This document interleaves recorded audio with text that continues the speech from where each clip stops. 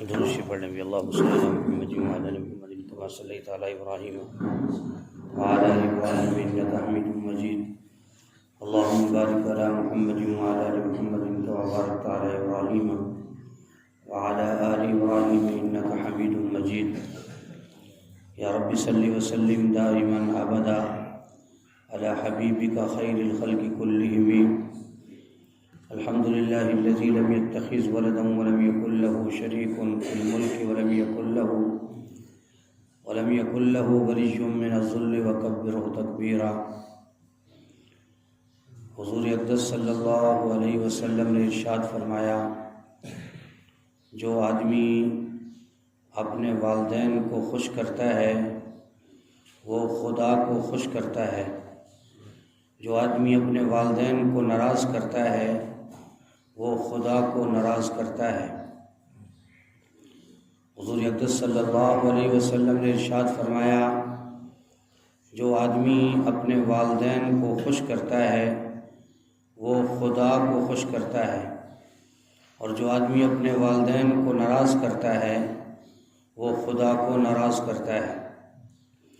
دوسری حدیث مبارکہ ہے، حضور اقدس صلی اللہ علیہ وسلم نے ارشاد فرمایا، باپ کے دوستوں کے ساتھ نیکی سے پیش آنا خود باپ کے ساتھ نیکی میں پیش آنا ہے۔ حضور اقدس صلی اللہ علیہ وسلم نے ارشاد فرمایا، باپ کے دوستوں کے ساتھ نیکی سے پیش آنا خود باپ کے ساتھ نیکی سے پیش آنا ہے۔ حضور اقدس صلی اللہ علیہ وسلم نے ارشاد فرمایا، جس آدمی کے ماں باپ ناراض ہوں اس کی نماز قبول نہیں ہوتی، ہاں اگر وہ ظالم ہوں تو یہ دوسری بات ہے۔ حضور اقدس صلی اللہ علیہ وسلم نے ارشاد فرمایا، جس آدمی کے ماں باپ ناراض ہوں اس کی نماز قبول نہیں ہوتی، ہاں اگر وہ ماں باپ مطلب ظالم ہیں تو دوسری بات ہے۔ نبی کریم صلی اللہ علیہ وسلم نے ارشاد فرمایا، جس آدمی کے ماں باپ ناراض ہوں اس کی نماز قبول نہیں ہوتی، ہاں اگر وہ ظالم ہوں تو یہ دوسری بات ہے۔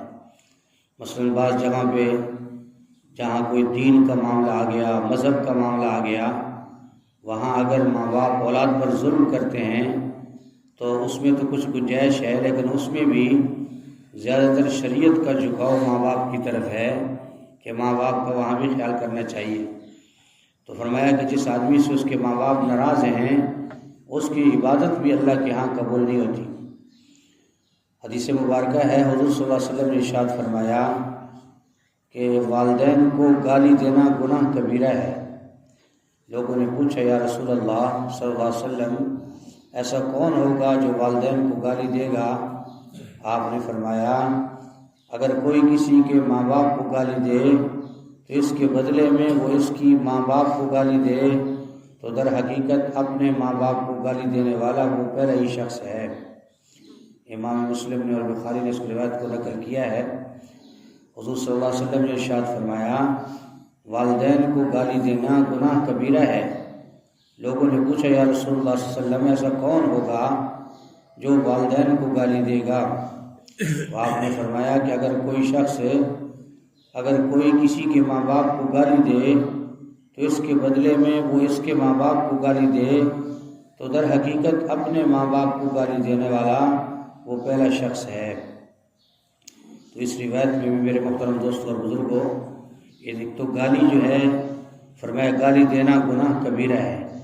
تو اپنے والدین کو گالی دینا، اس سے مراد یہ ہے کہ اگر کوئی آدمی دوسرے کے والدین کو گالی دیتا ہے تو گویا اس نے اس کو دعوت دی ہے کہ اس کے والدین کو گالی دی جائے۔ اگر اس کے والدین کو گالی دے گا تو گویا کہ اس نے اپنے والدین کو گالی دی ہے اور گناہ کبیرہ کیا ہے، اور گناہ کبیرہ وہ عمل ہے کہ جب تک انسان توبہ نہیں کرتا گناہ معاف نہیں ہوتا۔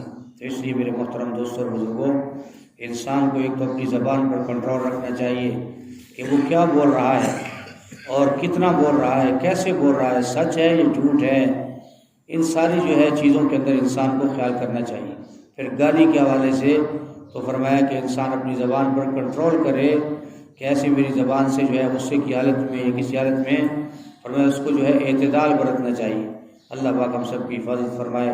جو حدیث مبارکہ ہم نے سنی ہیں اللہ جل شانہ ہمیں ان پر عمل کرنے کی توفیق عطا فرمائے۔ الحمدللہ رب العالمین والعاقبۃ للمتقین والصلاۃ والسلام علی سید الانبیاء والمرسلین۔ اللهم انک عفو کریم تحب العفو فاعف عنا یا کریم۔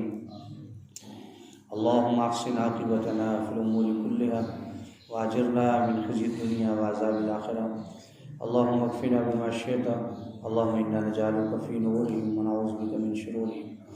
ربنا ولا تحمل علينا إصرا كما حملته على الذين من قبلنا ربنا ولا تحملنا ما لا طاقة لنا به واعف عنا واعف عنا واعف عنا واغفر لنا واغفر لنا واغفر لنا وارحمنا أنت مولانا فانصرنا على القوم الكافرين فانصرنا على القوم الكافرين فانصرنا على القوم الكافرين۔